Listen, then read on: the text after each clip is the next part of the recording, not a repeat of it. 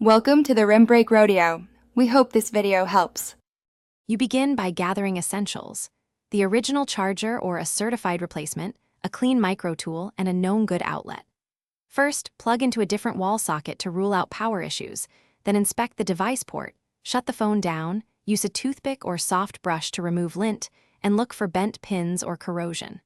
Once done, reconnect with a known good cable and adapter so you can verify if the problem persists or moves to the next step. Now tackle software and comparative testing. Restart your device, then check battery usage to spot apps causing high drain, force close, or uninstall suspects. Boot into safe mode. If charging improves, a third-party app is the culprit. Also compare charge rates. Measure with wall adapter, a PC USB port, and a power bank. Note M or percent per 15 minutes. If software isn't at fault, these tests confirm a hardware issue, so make sure you have those observations ready before proceeding. Finish by acting on your findings. If the cable or adapter delivered low current, replace them with certified, high-quality parts.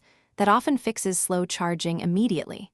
If tests pointed to the port or battery, schedule a repair or battery replacement. These are common causes.